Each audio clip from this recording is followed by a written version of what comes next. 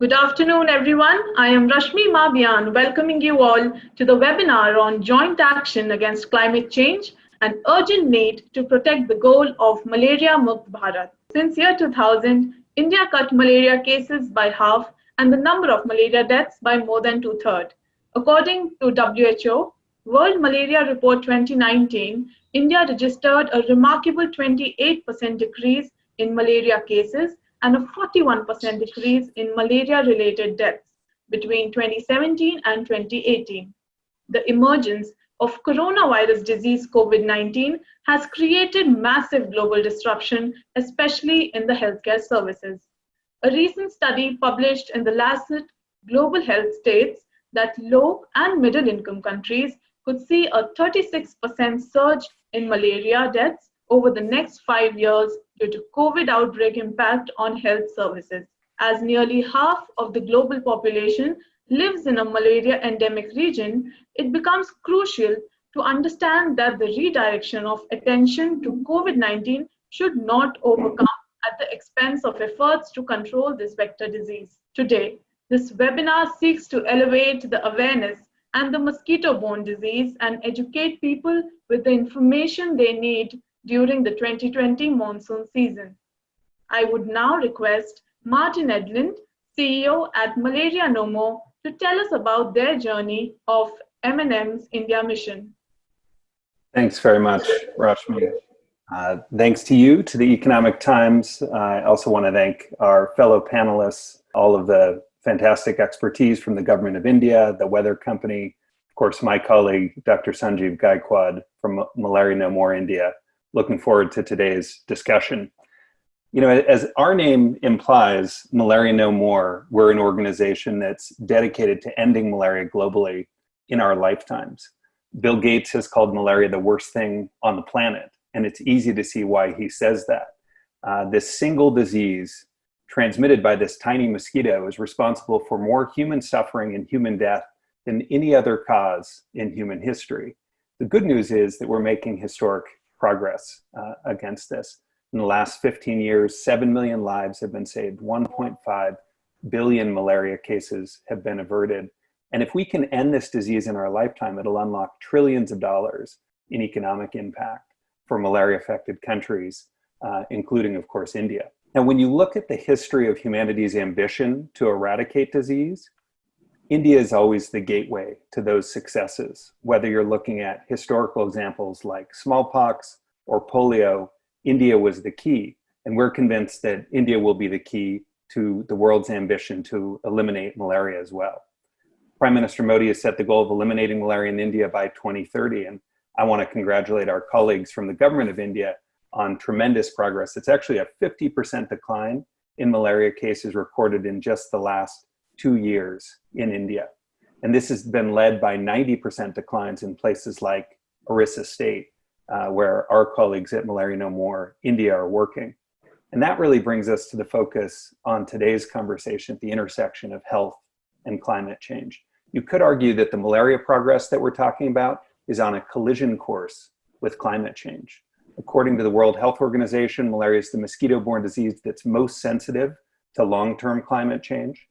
We see that malaria is directly affected by even small changes in rainfall, temperature, humidity, that as mosquitoes spread and expand their territories, they're taking mosquito-borne diseases like malaria, dengue, and chikungunya to new latitudes and new altitudes.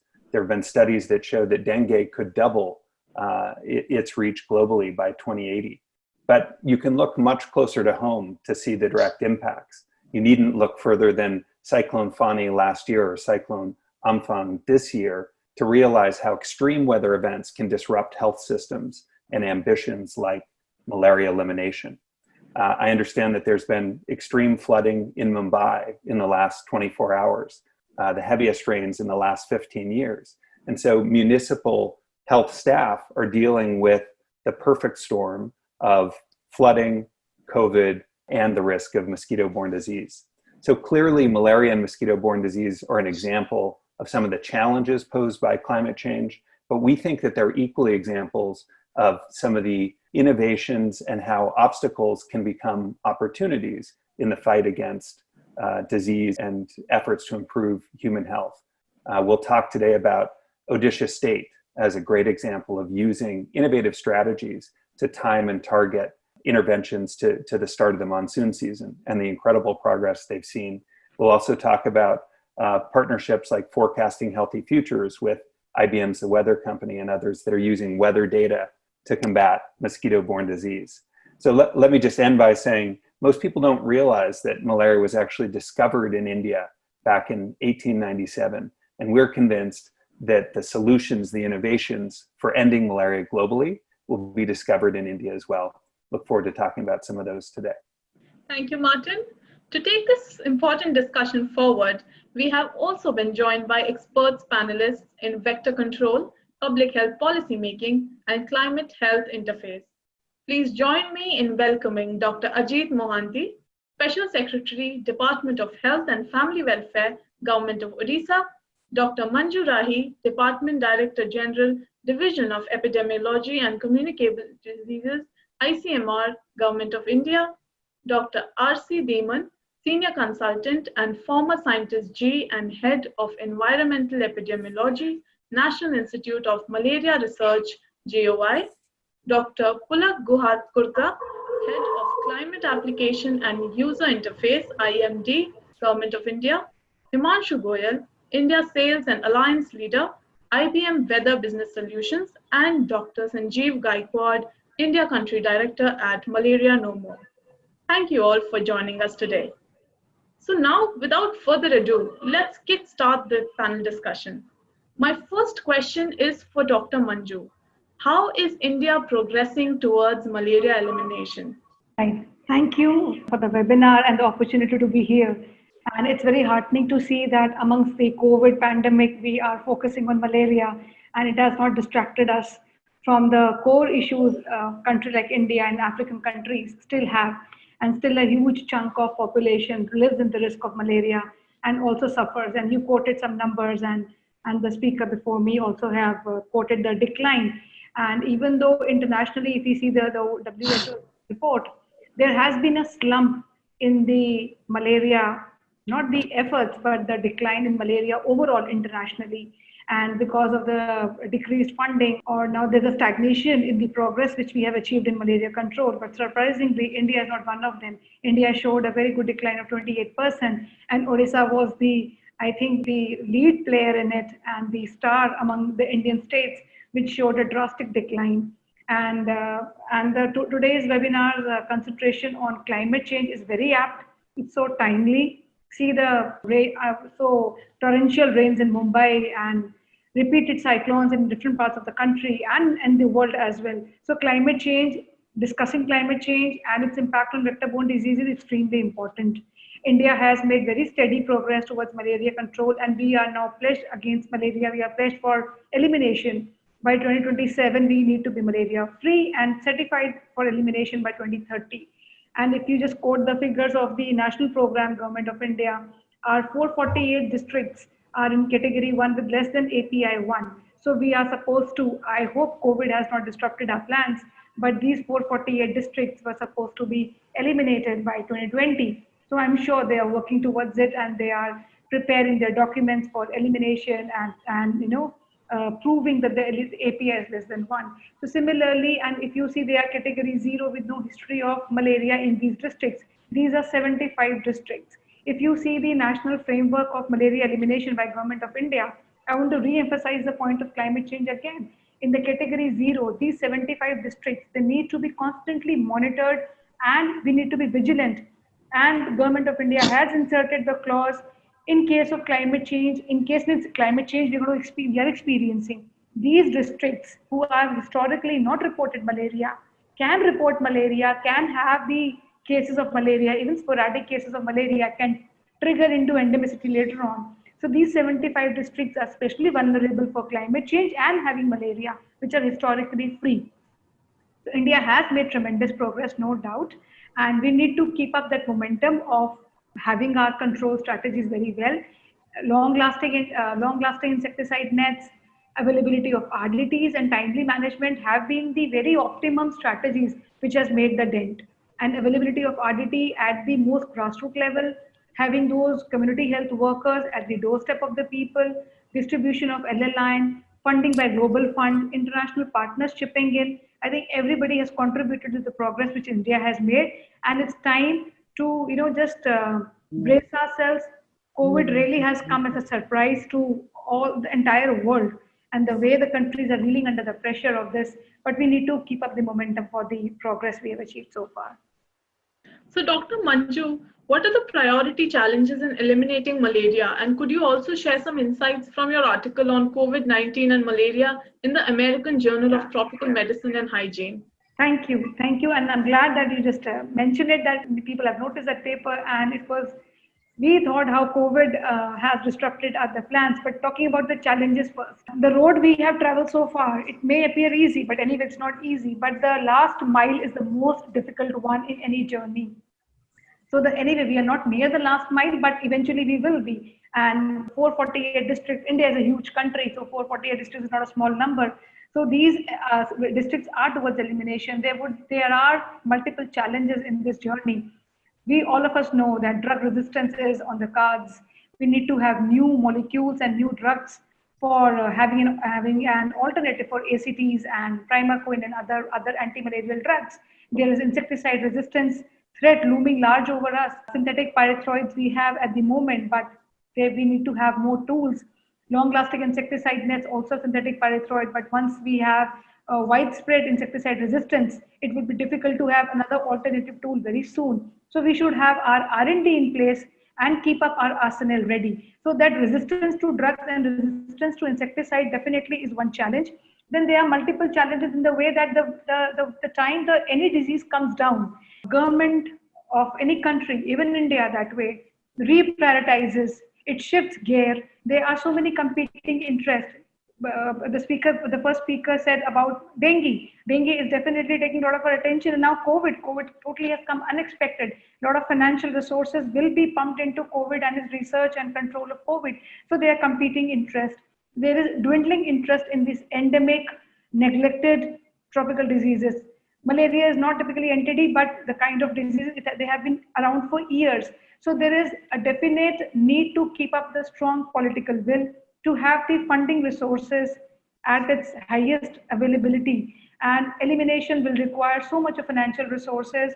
It will be very few cases, but surveillance of a large, huge population base.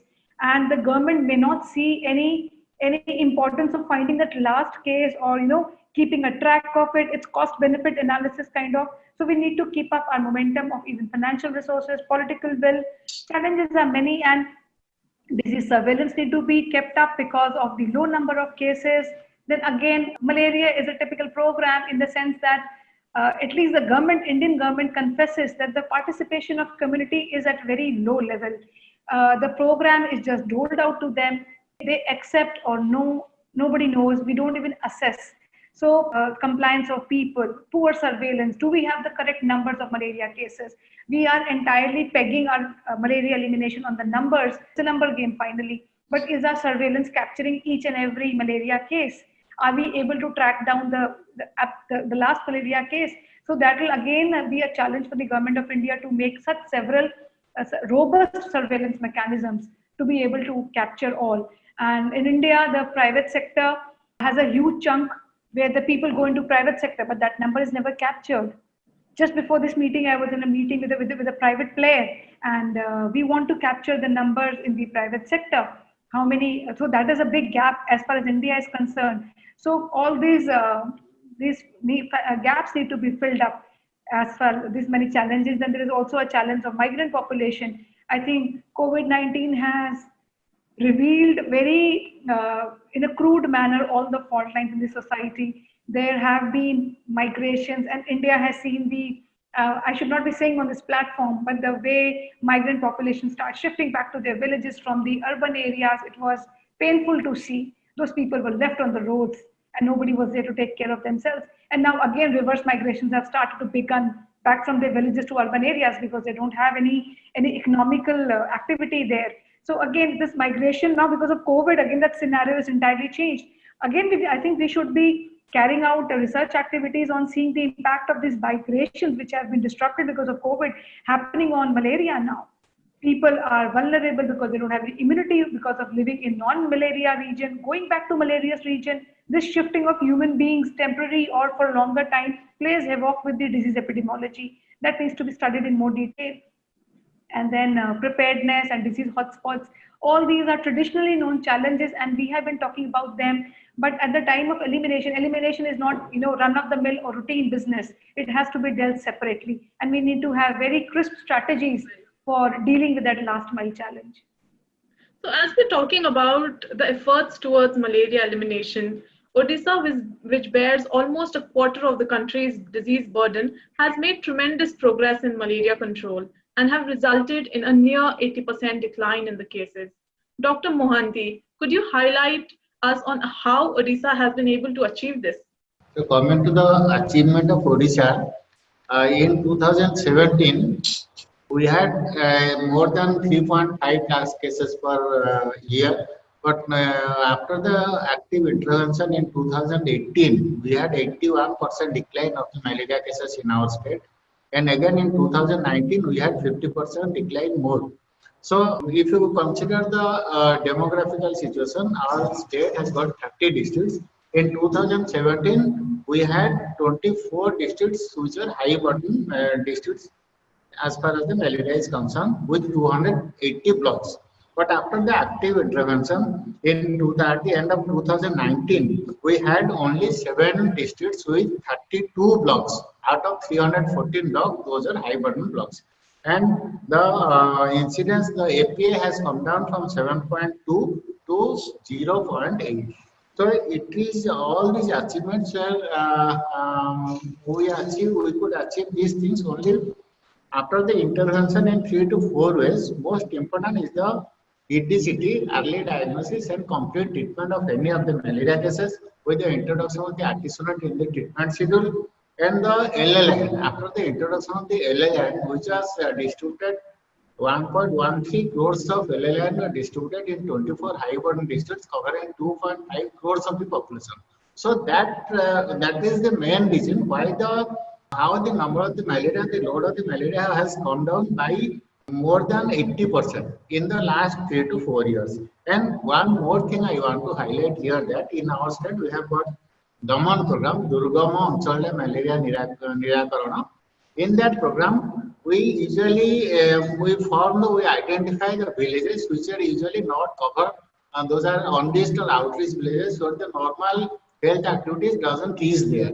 So we identify those villages where the malaria burden is more.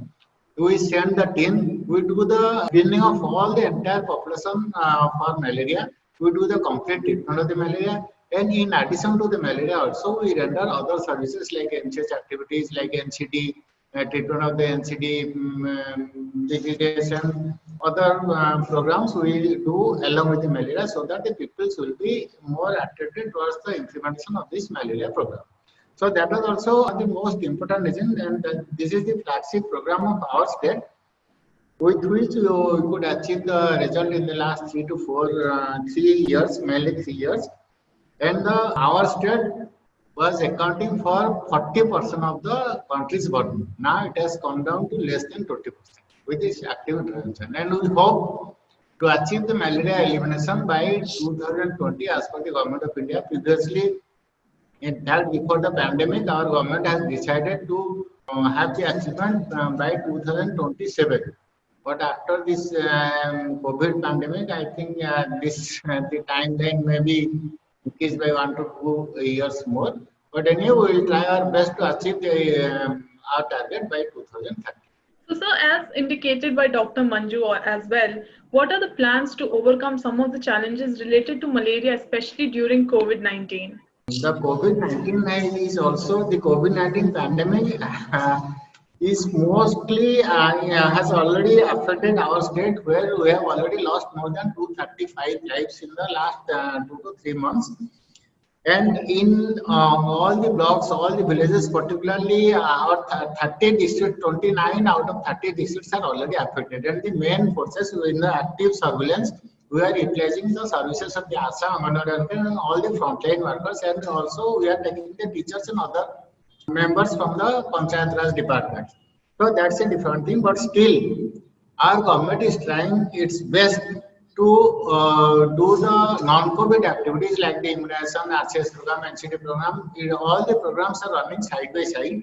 Because our government has also taken a stand to employ the non-governmental agencies and the non-employed ANM and staff nurses who are not in any service and those are non-employed in the community. They are usually being utilized in this CCC or CCH or PCSC after training. So in that way, we are ensuring that the normal activities like our malaria program, our NCD program, our tuberculosis program, and those are not being hampered. Also, in the month of June, from June 15 to July 30th, we started an integrated campaign on TB, NCD, MDD, malaria, dengue, diarrhea, and along with the COVID-19 program. There, all the villages, all the households are visited by our frontline workers.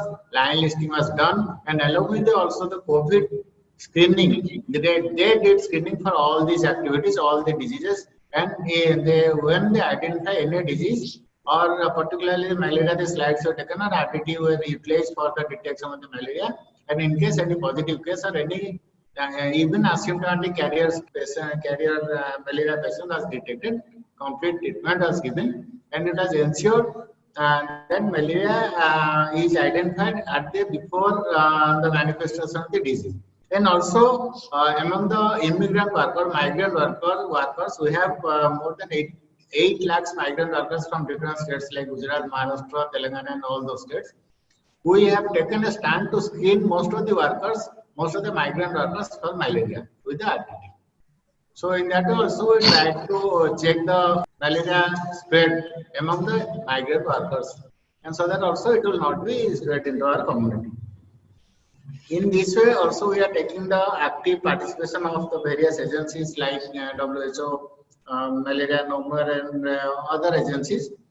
Similarly, in all the at the community level, we are having our interdepartmental coordination meeting regularly. In every month at the district level, it is chaired by the collector, and at the state level, it is being chaired by our CS, Chief Secretary of Government of Odisha. So they are reviewing it regularly, and they are ensuring that there should be, even in the last meeting that occurred 15 days back, our Chief Secretary has asked us to ensure no malaria deaths should occur. Of course, we had 4 deaths till now, but still we are trying our best to minimize it. Thank you, Dr. Ajit. That looks like an elaborate plan you have in place. Coming back to you, Martin, Bite Ko Matlo Light in MNN's campaign this year, could you shed some light on what is its goal? Certainly, thanks, Rashmi. You know, as we've heard, eliminating a disease like malaria is challenging even in the best of times, and India's made tremendous progress. Of course, in the context of COVID-19, that becomes all the more difficult. We've seen time and again when there are pandemics that many times there are more deaths from endemic routine diseases like malaria than there are from the pandemics themselves. That was certainly the case with the Ebola outbreak in West Africa a few years ago. And the numbers are concerning, you know, with the lockdown, with people's reluctance to go and seek timely testing and treatment. You know, people tend to stay home and it disrupts routine health-seeking behaviors. And so seeing this challenge, we've been working with a great group of partners to create this campaign, Bite Ko Matlo Light. No one on this call needs me to translate the English phrase, but it's in English, don't take the bite lightly. And it's really trying to encourage people to take those urgent prevention and treatment behaviors, to sleep under mosquito nets every night. If you get a fever, to seek timely testing and treatment within 24 hours, but to do that in a way that's safe and that accounts for COVID. So we're working with a great group of partners, the Times of India, Facebook, Star and Disney, a number of others to get the word out. We're doing a series of thought leader conversations to try to maintain mosquito-borne disease as a priority issue within policy circles. And you know, we're off to a great start, but want to invite everyone viewing to go to the website, to Bite Ko Matlo Light, and to engage, to share these messages, to make sure that people remain vigilant and focused on this tiny mosquito which causes so much human suffering. A very interesting campaign, it sounds. So, as we dig deeper into understanding malaria elimination, one crucial aspect is that the parasite and its vector are sensitive to long-term climate change. We heard the panelists prioritizing action to focus on climate. So, Dr. Dhiman, my question to you is, how is climate change threatening malaria elimination in recent years? And could you highlight some important trends from your research? Climate word is not new to malaria. Since 1921, we know the relationship between climate and malaria, but this climate change issue has come up since 1990. How climate change is going to affect malaria elimination? Before understanding this, we should know what is the strategy for malaria control. Which strategy is going to be effective if we undertake studies on climate change and malaria. For diagnosis and prompt treatment is the management of cases, and for vector control, we have to go low residual spray by insecticides and distribution of long-lasting nets in high endemic areas. Another thing which is very important for the beginners, that there are particular thresholds for transmission of malaria. If the temperature threshold is 18 to 32 degrees, transmission will start or continue. If the temperature is lower than this, transmission of malaria will not take place. 18 degree covers both parasite, Plasmodium vivax, as well as Plasmodium falciparum. With the projected rise in temperature, which is around 1.5 to 2.5 degrees centigrade by 2050, some areas in the country are going to have suitability of temperature so that transmission can start in those areas. In some areas, it may reduce. In some areas, there may be extension in the windows of transmission. How it is going to affect the malaria elimination? Malaria elimination has a definite plan. We have even low residual spray. If the API, certain API is there, then we go for spray. But nowadays, even case-based surveillance is also there. Even if there is one case, we have to go for indoor residual spray also. But if in some unknown areas, particularly in Himalayan areas, Himachal Pradesh, Uttarakhand, Jammu and Kashmir, there are many districts which do not report malaria. So if there is no malaria, there is no plan for control of malaria. So we will be eliminating malaria, we will be reducing the burden from hardcore areas, but new foci will be emerging. That will be a problem. So that is why the importance of surveillance, particularly in vulnerable areas, is very, very important. Vulnerable areas will have the emerging focus, so we will be eliminating or reducing malaria from hardcore or low endemic areas. Coming to your next question, that is research output. Out of around 650 districts, all the districts do not have same type of malaria problem. Few districts are free from malaria because the temperature is very low.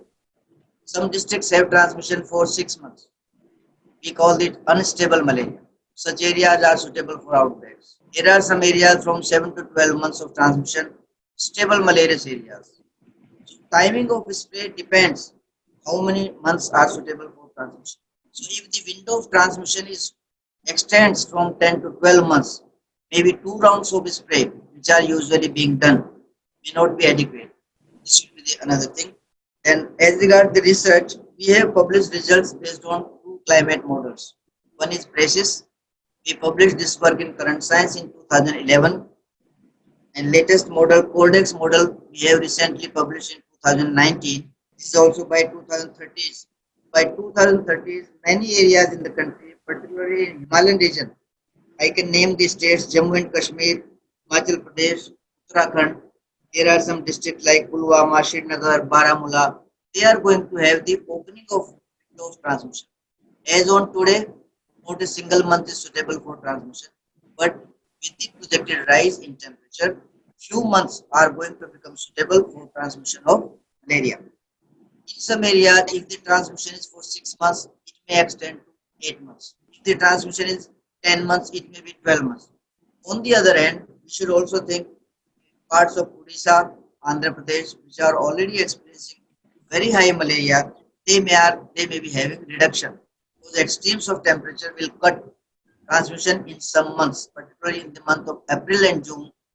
transmission months will be cut and there will be reduction.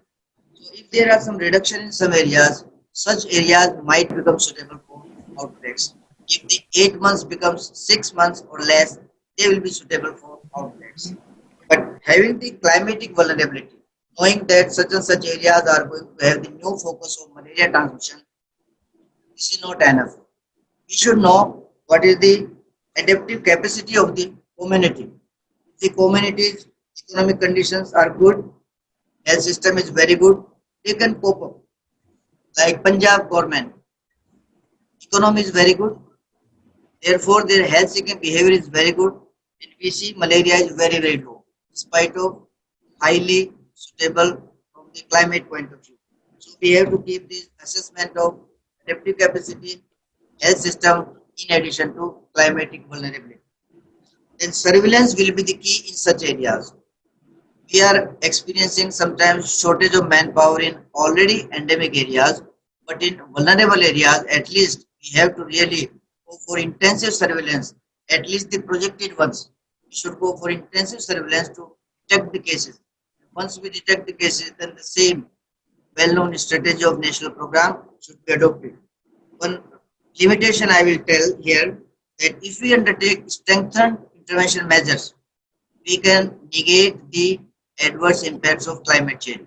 We should not worry if we have very good diagnostic kits, we have very good long-lasting nets, distribution is fine, treatment is managed very properly, we have well-defined drug policies, so we can manage the things properly if strengthened control measures are there.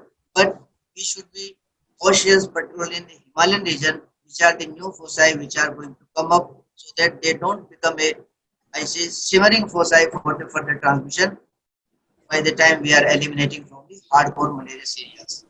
Thank you. Thank you. Thank you, Dr. Deeman.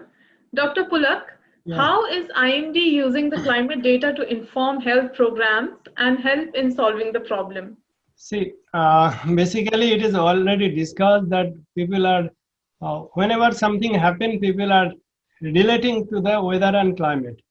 So already under World Meteorological Organization, under Global Framework for Climate Services, there are 5 sectors. Health is one of the main sectors in that. And we are also IMD under Ministry of Earth Science, we are preparing National Framework for Climate Services, where we are providing the climate information as well as weather info, because weather and climate we have to think jointly. Climate is the long term it is, and day to day different temporal scale we are providing climate services, weather services. Some of the weather and climate are having direct link, just like air quality or extreme temperature, heat or cold, that we are providing, as well as there are many factors which is having indirect impact. Just like air quality, IMD under Ministry of Earth Science, we are providing air quality monitoring and warning system for major cities. Already it has been started. And regarding extreme heat, and we are providing actually seasonal scale every monthly from IMD Pune under climate services. We are providing all India monthly temperature outlook. Month-wise, what will be the prevailing temperature situation, whether it will be extreme cold or like that. So every month it is generating. In addition, from 2016, actually, heat is the major factor. So many central part of country are experiencing the heat, direct impact, and lot of loss of lives. So 2016 onward, we have started generating weekly seasonal outlook for temperature extremely hot, that is heat wave condition, that we are providing the issuing the bulletin from Ministry of Earth Science in the March for coming April, May, June, 3 months, what will be the heat wave condition. And that helps actually many state government after initiating that, they have used and they have reduced a lot of death cases due to heat. Similarly, for extreme cold, during we are giving the seasonal outlook for extremely cold as well as cold wave during November for the coming 3 months, that is December, January, February. So these are the temperature. In addition, as I told, there are indirect factors.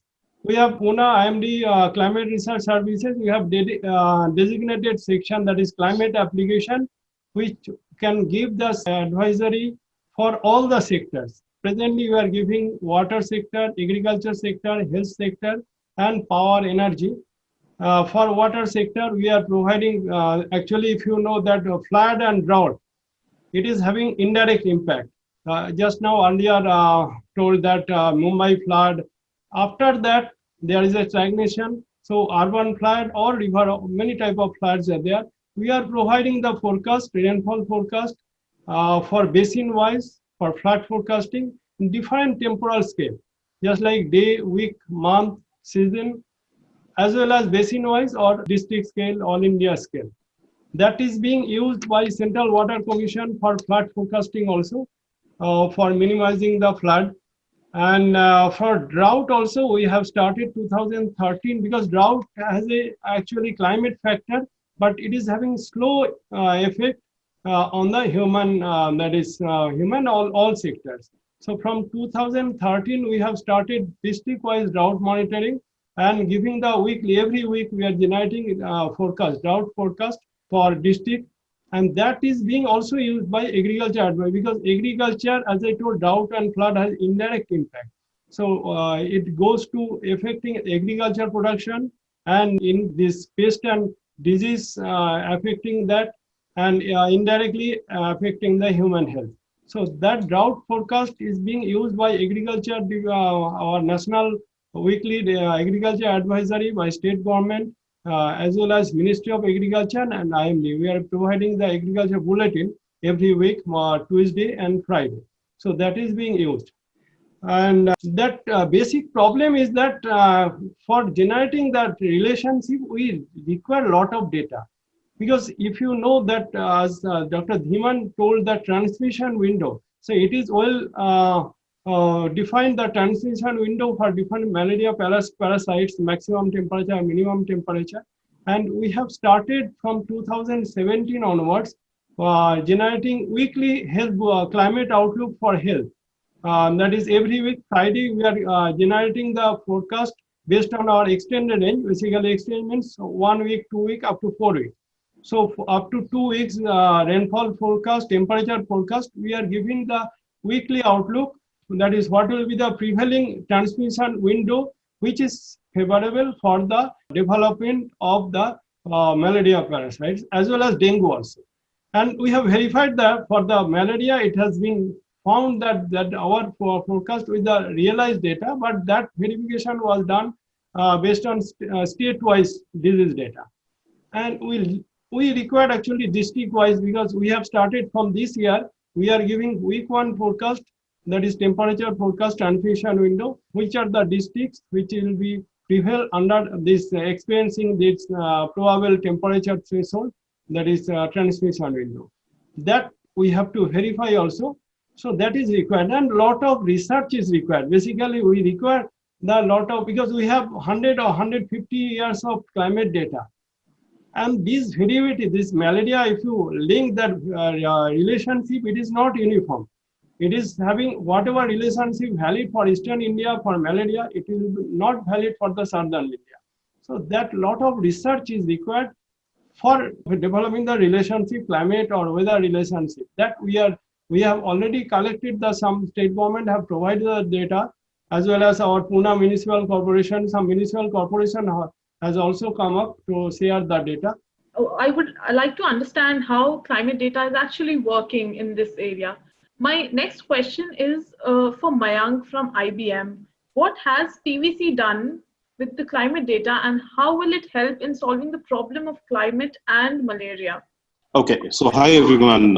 So was anyway covering up all, he took most of the important points. He did bring it up. So heat extremes is one of the things which is, very much prevalent in analyzing how malaria will impact. And then, changes in monsoon patterns. We have seen erratic monsoon patterns across. Now, TWC from that perspective can bring in data, can provide data, which can be a 10-day forecast or a 15-day forecast. Even we have sub-seasonal forecast. We have seasonal forecasts available. And, overall, the flood situation because of, or the drought situation because of the cyclone or the erratic monsoon, that and most of it is anyway covered while people have been talking about how malaria happens, etc. So the studies, while you interrupted sir in between, he was bringing up a very important point in the studies which have been conducted. So one important thing I would want to add there is that these studies have been in isolation. For example, the mean variables which have been looked upon, these are monthly or yearly. While the malarial, the study when you do for malaria data, a daily variation impacts. That is something which has to be looked upon. It cannot be looked upon in isolation. It has to be consolidated overall. And from TWC perspective, we can bring in all that data which is available. We can provide that data as and when asked for. Well, I'm absolutely amazed to hear the role of data-driven models here. Martin, what are your views after hearing these insights and how the upcoming challenges can be tackled? Thanks, Rashmi. It's wonderful to hear from the government experts and private sector experts who are thinking about the intersection of weather and data. When you look historically at this ambition to harness weather data to fight mosquito-borne disease, India has once again been the leader. And we're excited to see that work continue. A number of the partners on the call are involved in an initiative that we're working on as Malaria No More, led by Dr. Sanjeev and Malaria No More India, that we're calling Forecasting Healthy Futures. And the idea is to take this weather data, combine it with very, very local health information, and then to make sure that you time and target your interventions to have maximum impact. We heard earlier about the success from Dr. Mohanty that Odisha State is having. One of the key insights that allowed Odisha to make that progress was, instead of waiting for the monsoons to arrive and for mosquitoes to proliferate and malaria to spread, they identified those highest burden villages. And then they went in and did population-wide testing and treatment before the rains arrived. What that allowed them to do was eliminate the parasite at its source before it spread widely in the population. And it's just led to tremendous declines in malaria cases. The rains come, the mosquitoes come, but there's no parasite to transmit. So it's a really powerful example of how a simple insight like timing testing and treatment campaigns to the start of the monsoon season can have a profound impact. And I think as we get better data from our government partners, from partners like IBM's The Weather Company, as we combine that with very, very local data, and the granularity matters, as we've heard. This is not uniform. You need to look at what's happening in terms of weather, temperature, humidity, etc., but also what's happening epidemiologically at a local level. If you can combine those things, that's going to be one of the keys to achieving elimination. So Dr. Sanjeev, how are you going to address the climate and malaria challenge in collaboration with the Weather Company in India? So Martin just mentioned the Forecasting Healthy Futures initiative. Now this has been funded, by Reaching the Last Mile, which is a global health initiative, which has received, which has seed funding from the Crown Prince Court of Abu Dhabi, and it has brought partners such as PATH, Tableau, Institute of Health Metrics and Evaluation, of course, Malaria No More, and the Weather Company. I think the attempt over here is basically to look at data at the smallest level possible, because that's where the outbreaks start and then they really spread out. I think both Dr. Manju Rahi as well as Dr. Dhiman, they mentioned about the importance of surveillance and keeping track of cases where they happen. Surveillance is very challenging, and then also rolling out the interventions in time wherever there are possibilities of even outbreaks, I think is very critical. Now, what we are trying to attempt through this project is basically first to see the correlation between climate and malaria at the most granular level possible. Right now, we do have examples, and we do have mechanisms in place to look at the state level. And as Dr. Pulak has said, that they are now also trying to do research into the district level and give alerts in terms of what can be done about addressing malaria interventions. But I think what we would really try to attempt is what happens at the sub-district level, what happens at the village level and hamlet level. Now, the weather company has got some very interesting products. It's got the mosquito index, which basically talks about where and when is a high proliferation of mosquitoes likely to happen. And then it's also available on the basis of a forecast. And then we also have the epidemiological data, which is coming in from the government of Odisha, as well as Malaria No More has also got its own volunteers which are working on the ground, who can give information in real time. And then it would be interesting to see how we take a look at weather which is pertaining to maybe a 5 square kilometer area, mapping out not only the hotspots which are there at present, but even using a predictive model to identify potential hotspots, say maybe 15 days down the line or a month down the line, and addressing them. So I think that's an attempt. And then see, even try to see, look at extreme weather events, like we talked about floods and rainfall and so on, which can really interfere with the way in which service is delivered, especially in some of the most remote and difficult to reach areas in states such as Odisha and Chhattisgarh and some of the northeastern states. So there, having some intelligence about extreme weather events such as floods in advance can help in planning interventions in such a way that services reach people, in time. Broadly, that's what is being looked at. So any important insights in terms of forecasting that you would like to draw from climate data, especially with the focus on Odisha? So Odisha government has actually been utilizing climate-related information, and as Martin pointed out, Dr. Mahanti pointed out, these testing and treatment, activating it in a very big way just before the monsoons, and making sure that vector control mechanisms such as the bed nets, as well as the spraying of insecticides is done well in time.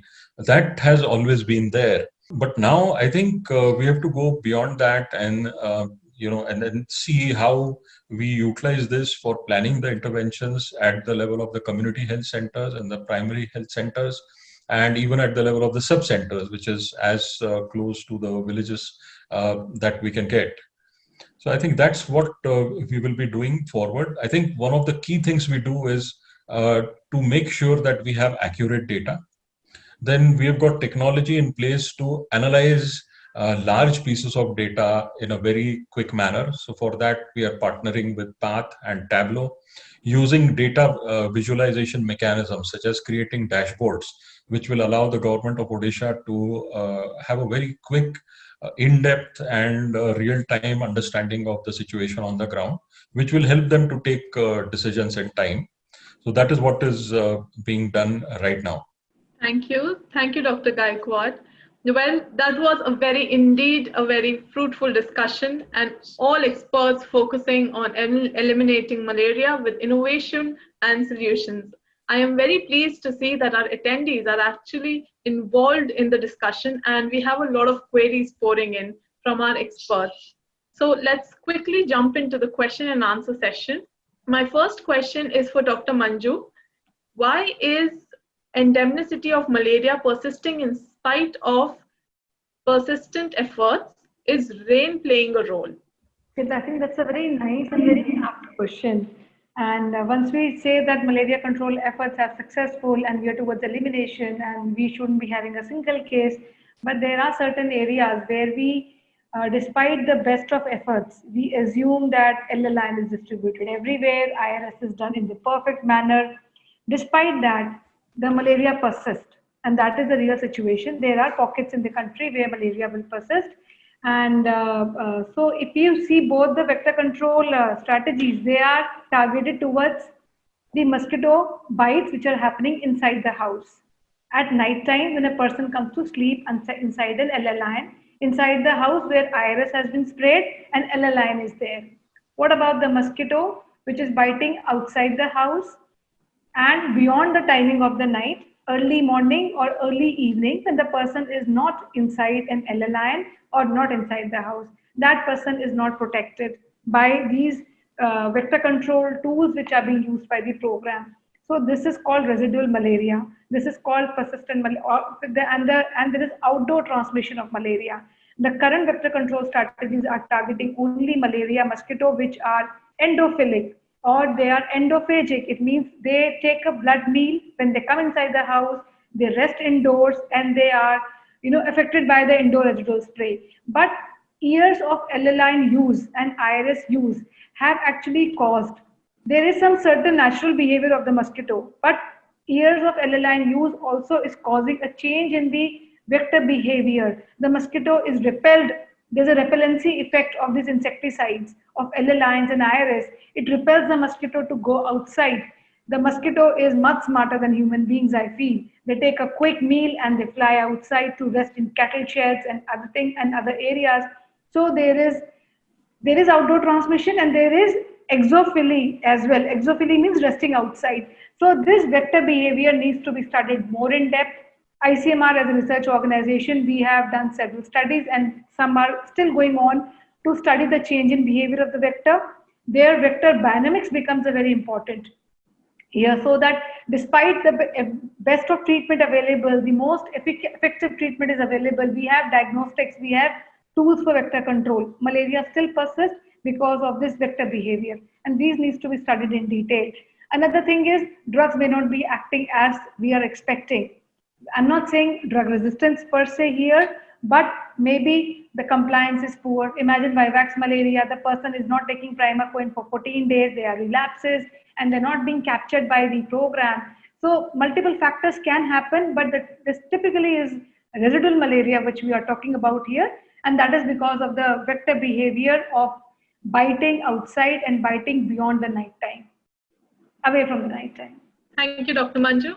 The next question is for Dr. Pulak. Yeah. Have you applied your data on temperature variation in any of the state? Yes.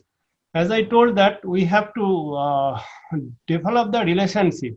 So we have already got some data, but it is not only temperature. There is a relationship with rainfall, but rainfall is having generally a lag relationship because precipitation rainfall is basically initiate the breeding and later the transmission window that help for the further development. So already for some of the states, we have got some interesting result.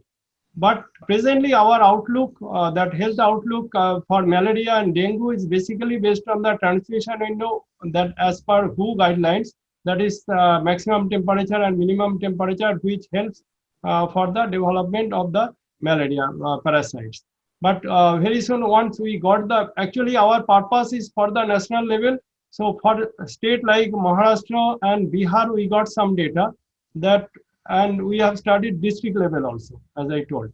So we'll publish the result also, and as soon as we got some good relationship, we'll implement that for particular, at least some states will start for the using our forecast data, because we have now, at least as I told, up to 2 weeks, we have very skill of the forecast temperature as well as rainfall. So if we use that relationship with the forecast information, we can help some guidelines for the state health department. Actually, we need to have jointly do that with the central as well as state. Just like agriculture presently, whatever advisory, as I told, it is jointly with state agriculture department, Ministry of Agriculture and IMD. So we are interested to develop same relationship for the health sector. So for the implementation, it is the state authority, they should initiate that. So we'll publish the result. Also, we implement that for particularly those states we have got good relations. Thank you so much, Dr. Pulak. We'll be taking the last question as we're running out of time. The next question is for Mr. Martin. What other technology solutions MNN is bringing in?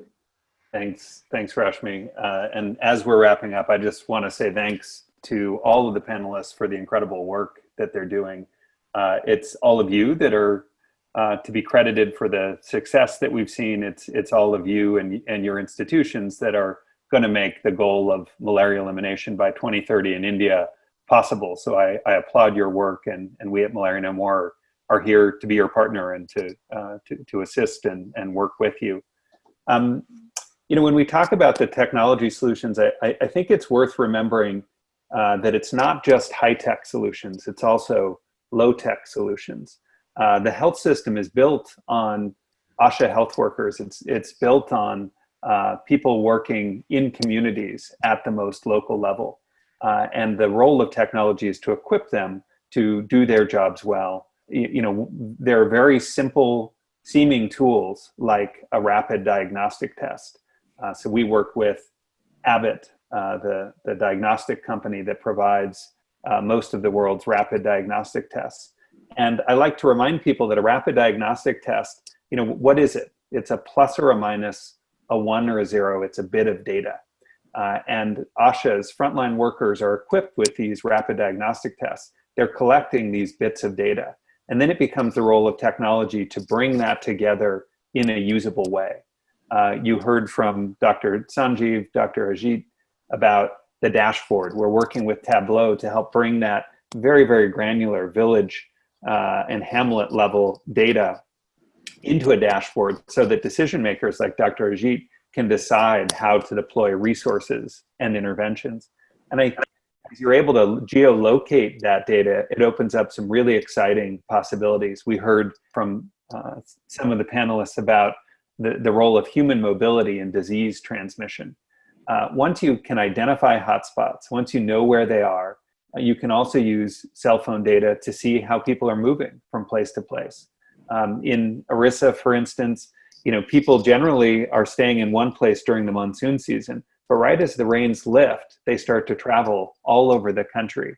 And that end of the monsoon season is also a peak moment for malaria transmission. So it may be the moment that as they travel around the country, there's the potential to spread the disease. So these are the kinds of insights assisted by technology that can inform strategies and help India to achieve the goal of malaria elimination by 2030. Well, this brings us to the end of the power-packed discussion and Q&A on joint action against climate change to protect the goal of Malaria Mukt Bharat. I would now request Mr. Martin to give a small closing remark for our audience. Once again, just to say thank you. I'm so impressed by the work that all of the panelists are doing. We at Malaria No More work the world over on the fight against malaria, and India has become a real bright spot. Talking with some global partners, including Dr. Tedros at the WHO, the world used to train in tropical medicine in India to learn how to fight tropical disease, mosquito-borne disease. And I think we're in a moment once again where the world can learn from the innovations and the successes that India is having. The last thing I'd say is to those who may be watching and listening, ultimately the responsibility comes down to each of us. Are we taking the right actions to prevent malaria transmission for ourselves, our families, and our communities? We need to remember, bite kamat lo light, don't take the bite lightly. There are very simple things that we can do to protect ourselves. So please take those actions, spread the word, and help assist the great work that you've heard on today's discussion. Thank you, Martin. And I would like to thank all the experts for coming together and sharing these wonderful insights. This webinar adequately emphasized on impact of climate change on sustained vector control and timely management of malaria cases as the backbone of malaria control and elimination strategies. I am sure with such collaborative efforts, we can definitely defeat malaria even during these difficult times. Thank you so much, everyone, for joining us. Thanks, Rashmi. Thank you, Rashmi. Thank you very much. Thanks, everyone. Thank you, everyone.